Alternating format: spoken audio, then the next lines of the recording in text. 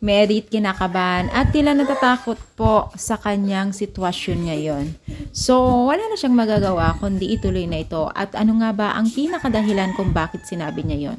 So, bago natin ipagpatuloy ang ating pag-support today's video, kung bago ka pa lang sa aking channel, please subscribe po, like, and pakit na rin po natin guys ang notification bell upang ma-update po tayo tuwing ako pinag-upload patungkol sa Team Kalingap and mga iba pang vlog na trending.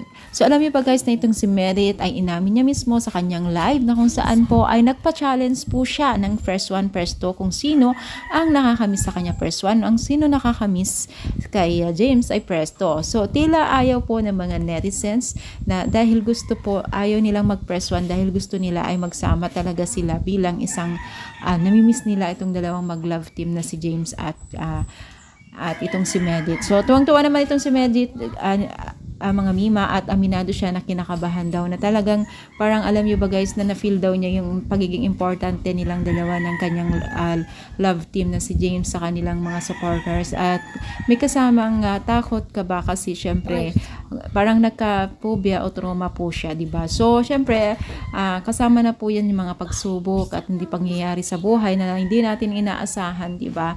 So, syempre, tuloy-tuloy lang, think and positive. Marami naman pong sumusuporta sa kanila. Why not na hindi nila ituloy-tuloy dahil sobrang dami po ang sumusuporta sa kanila, diba? So, part lang naman po yan na may mga negative na nadadanas natin, nakakaroon natin na nalalaman or mapaninira o basher, diba?